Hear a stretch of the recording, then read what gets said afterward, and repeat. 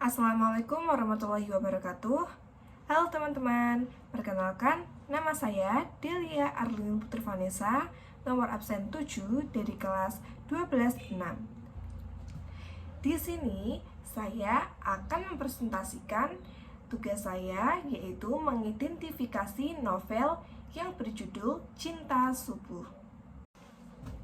Di bagian pertama ada identitas, meliputi satu judul novel. Judul novel kali ini adalah Cinta Subuh. Selanjutnya ada dua, yaitu pengarang novel. Pengarang novel Cinta Subuh adalah Muhammad Ali Fakhri. Selanjutnya yang ketiga ada judul film. Judul filmnya sama, yaitu Cinta Subuh. Yang keempat ada sutradaranya, yaitu Indra Gunawan. Kita lanjut ke slide berikutnya. Selanjutnya ada pemeran. Yang pertama ada Ray Bayang sebagai Angga. Yang kedua ada Dinda Hau sebagai Ratih. Yang ketiga ada Roger Danuarta sebagai Arya. Yang keempat ada Syakir Dahwani sebagai Dodi.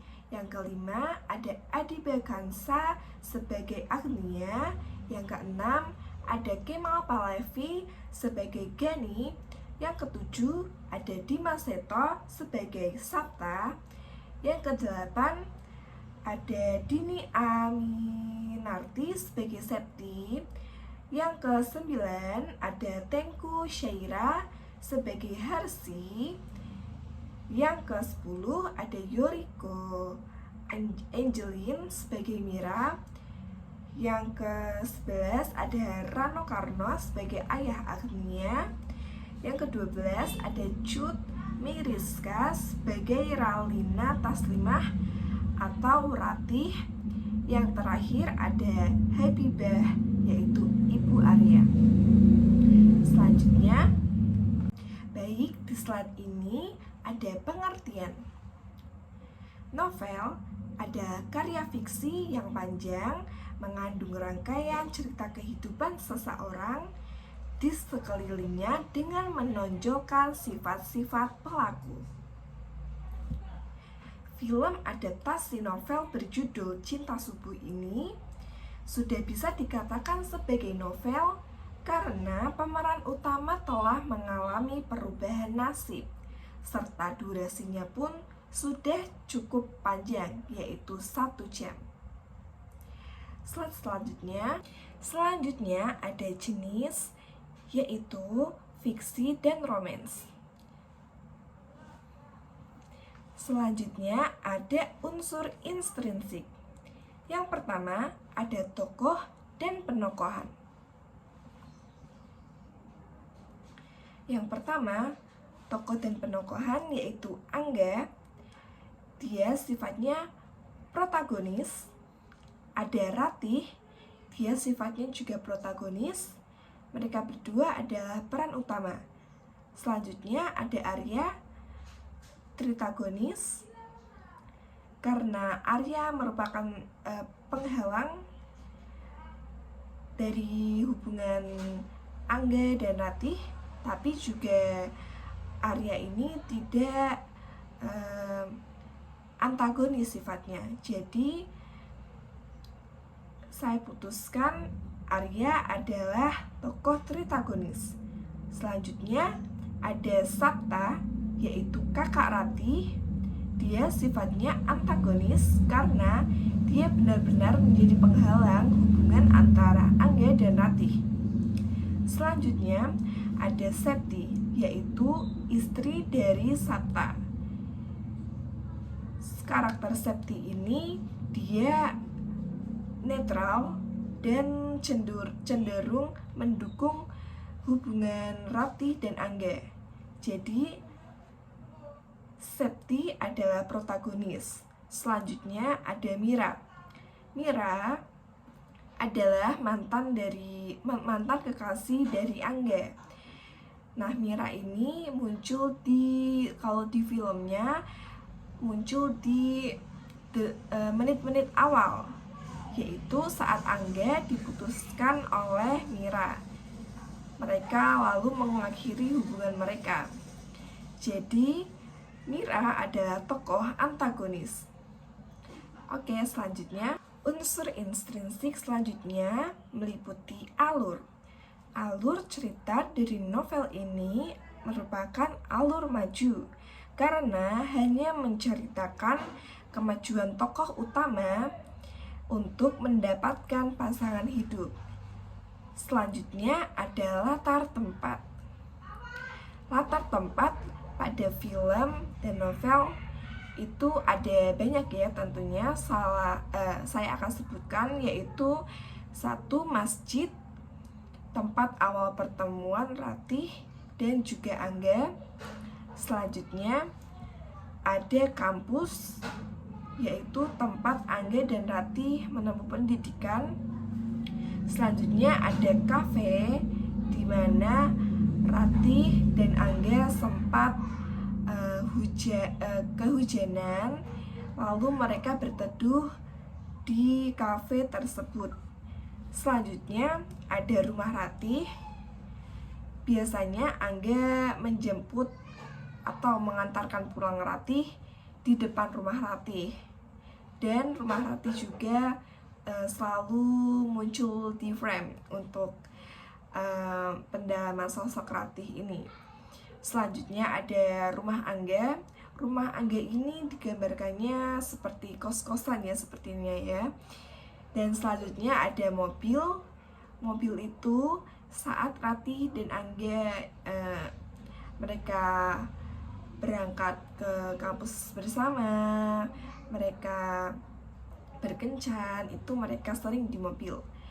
Jadi selanjutnya ada KUA, yaitu saat mereka berdua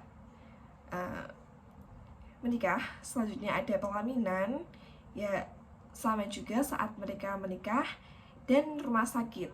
Rumah sakit ini adegan di mana Arya dan ibunya yang sedang sakit. Dan ibunya ini meminta Arya untuk segera menikah gitu, spoilernya. Oke, selanjutnya. Baik, selanjutnya ada latar suasana dan latar waktu. Latar suasana pada novel ini ada senang, sedih, dan menegangkan tentunya ya. Selanjutnya ada latar waktu. Latar waktu di sini tuh ada pagi, siang, sore, dan juga malam. Jadi lengkap ya, 24 jam. Selanjutnya ini ada sudut pandang ya teman-teman. Sudut pandang dari novel ini merupakan sudut pandang orang ketiga. Karena penonton melihat cerita ini dari sudut pandang seorang pengamat atau pencerita yang tidak terlibat dalam cerita secara langsung. Baik, selanjutnya ada amanat. Yang pertama, sebagai umat muslim, kita harus rajin ibadah. Kita harus sholat 5 waktu.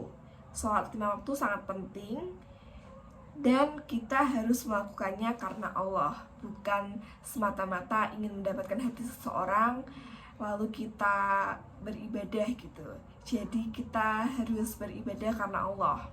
Selanjutnya ada kebiasaan yang buruk itu akan hilang apabila lingkungan sekitar kita mendukung hal positif yang kita lakukan. Yang terakhir adalah sifat egois.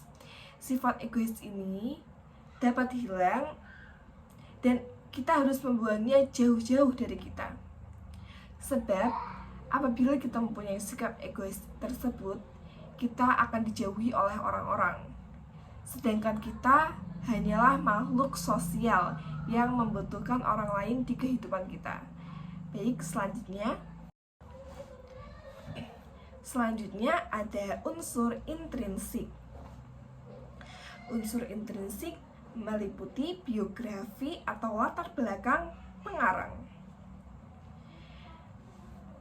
Ada Muhammad Ali Fakhri bertempat tanggal lahir Jakarta 2 November 1990. Status beliau sudah menikah.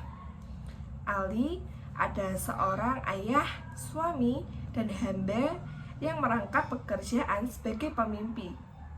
Ali ini suka tulisan yang mudah dipahami dan penuh inspirasi. Selanjutnya ada latar atau nilai yang ada di masyarakat,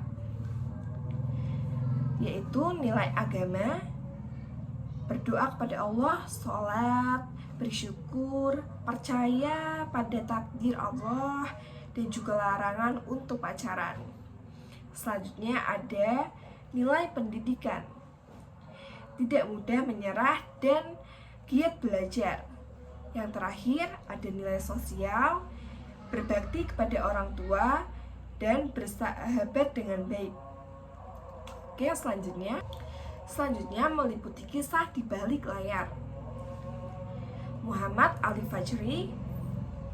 Fakhri merupakan seorang penulis hebat sebuah novel berjudul Cinta Subuh. Lebih dari 5 tahun menulis naskah film ini. Ada juga dia menulis film pendek dan web series. Di antaranya itu ada Cinta Subuh, Kekasih Impian, Bidadari Surga, dan Mengejar Halal. Baik, selanjutnya ada struktur yang meliputi 1. Abstrak. Kisah ini dimulai ketika Angga, seorang laki-laki playboy yang sedang mencari jati dirinya. Ia jatuh cinta atau jatuh hati pada teman satu kampusnya yang bernama Ratih, seorang perempuan cantik yang taat beragama, tidak seperti dirinya. Angga melakukan segala cara untuk meluluhkan hati Ratih, meskipun dalam usahanya diganggu oleh sosok Arya. Selanjutnya meliputi orientasi. Pada saat Angga ingin bertemu Mira di kampus, tapi tidak jadi bertemu, kemudian Angga diajak Gani ke masjid untuk sholat duhur. Dan saat itu Angga bertemu dengan Ratih. Selanjutnya meliputi komplikasi. Komplikasi dari film cerita Cinta Subuh, yaitu pada saat Ratih pacaran dengan Angga dan membuat syarat, salah satunya yaitu Angga harus rajin sholat subuh tepat waktu, tetapi Angga melanggar syarat tersebut. Angga tidak pernah sholat subuh walaupun Ratih membangunkannya dengan segala cara. Salah satunya itu Ratih selalu menelpon Angga ya, tapi Angganya kadang sengaja menolak panggilan telepon dari Ratih. Oke, selanjutnya ada evolusi dan resolusi. Evolusi pada saat Angga dan Ratih ketahuan pacaran oleh Kak Sapta, kakak dari Ratih. Dan pada saat itulah mereka putus. Kemudian Arya mengambil kesempatan ini untuk melamar Ratih langsung ke rumahnya di depan Kak Sapta. Selanjutnya ada resolusi. Angga berubah menjadi orang yang lebih baik. Kemudian Angga melamar Ratih dan Ratih menerima lamaran Angga. Jadi Angga dia berusaha ya berubah. Dia itu meminta bantuan kepada temannya untuk membangunkannya sholat subuh terus gitu untuk berjamaah. Jadi itulah salah satu upaya Angga. Selain itu dia juga rajin mengerjakan skripsinya. Dia cepat-cepat mengerjakan skripsinya untuk cum laude sepertinya ya. Lalu dia melamar Ratih ke rumahnya langsung bersama ayahnya. Adegan di film saat Angga ingin melamar Ratih itu ayahnya sangat lucu sekali waktu itu ya. Kalian harus nonton. Oke, selanjutnya ada majas. Yang pertama ada majas hiperbola. Ini tuh contohnya seperti tanganku di belakangmu. Diam, jangan bergerak, lihat tanganku ke depan sambil menyatakan sarangyo. Yang kedua ada mataku terasa kelilipan ketika melihat kecantikanmu. Selanjutnya ada majas paradoks. Nah, di sini tuh contohnya seperti hatimu dan tatapanmu kelihatan bukan untukku. Inilah alasanku untuk mengakhiri hubungan. Selanjutnya ada majas metafora. Contohnya, lihatlah di depan kita kantor KUA. Dan inilah janji ikatan keseriusan dariku. Terimalah cincin dariku. Selanjutnya ada majas ironi. Kamu jangan pacaran, karena itu buang-buang waktu dan menjadi godaan setan untuk melabui pikiran manusia ke jalan yang sesat. Selanjutnya ada majas litoses. Contohnya, saya hanyalah perempuan biasa. Kenapa kamu yakin saya bisa bersandingan denganmu? Selanjutnya ada nilai-nilai. Nah, meliputi nilai agama, yaitu berdoa pada Allah yang Maha Kuasa, sholat, bersyukur, percaya kepada takdir, dan larangan untuk pacaran. Nilai pendidikan, tidak mudah menyerah dan giat belajar. Selanjutnya ada nilai sosial, berbakti kepada orang tua dan bersahabat dengan baik. Selanjutnya ada unsur kebahasaan novel. 1. Ungkapan. Contohnya, aku baru menyadari bahwa antara cinta dan rasa ingin memiliki itu tidak sama. Selanjutnya ada menekuni bidang ilmu dengan serius adalah dakwah. Selanjutnya ada peribahasa. Mohon maaf, mata saya agak gatal ya. Selanjutnya ada peribahasa, yaitu cinta selalu disertai rasa cemburu. Tanpa rasa cemburu, cinta itu tiada. Ada lagi nih, siapa yang sabar, dia akan meraih apa yang dia inginkan. Selanjutnya ada aku baru menyadari bahwa antara cinta dan rasa ingin memiliki itu tidak sama. Selanjutnya ada majas. Seperti yang kita terangkan tadi ya, ada majas juga. Ini meliputi di unsur kebahasaan novel. Kita langsung skip saja. Baik, cukup sekian presentasi dari saya. Mohon maaf bila ada salah kata maupun perilaku. Terima kasih kepada Ibu Zaimah yang telah membimbing saya selaku guru mapel Bahasa Indonesia SMA Negeri 1 Pegadon. Sekali lagi saya ucapkan terima kasih. Cukup sekian. Wassalamualaikum warahmatullahi wabarakatuh.